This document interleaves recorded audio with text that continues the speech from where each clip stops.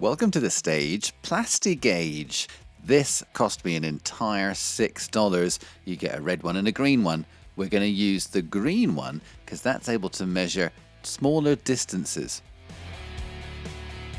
Starting off, we're going to Plastiguage with the old main bearings. So there's the red one, we're not going to use that. Green one, yes. So then you cut into it. I'm sure everyone has their own little way of doing it. Inside is this like thick fishing line made of green plastic. You cut it to the size of the bearings and you're supposed to put it slightly off center. I'm not sure I fully understood that at this stage. Some of them are off center just because.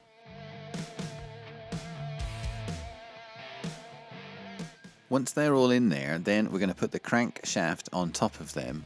Then I'm using the flashlight just to see if any fell out when I wasn't looking. So it went round in some sort of diagonally rotating-y pattern to tighten all of those up to 20 Newton meters. And then once you get them all tightened up, you undo them all immediately.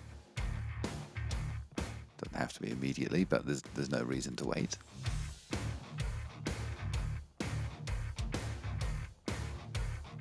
And then the rubber hammer gets its finest hour again. It's reason to live. Okay, so what did that glean for us? Taking a look at the journals here, I'm going to number them. There's 7 of them total. And you use the wrapper that the Plastiguage came in to gauge the thickness of the squished plastic blobs that it leaves behind.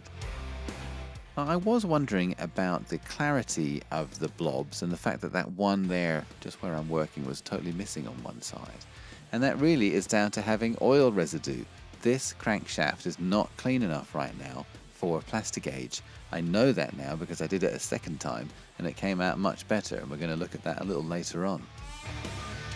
Let's take a look here. Now you'll immediately notice how much drier and consistent everything looks. Much better, and they're all pretty much fitting in that widest green section on the Plastiguage gauge/wrapper, and that's 0.025 millimeters. Now you don't have to remember that right now. We're going to talk about all those numbers, but the point here is how easy this all is and kind of how fun it is. And what we're seeing is that the readings are consistent, and that's important.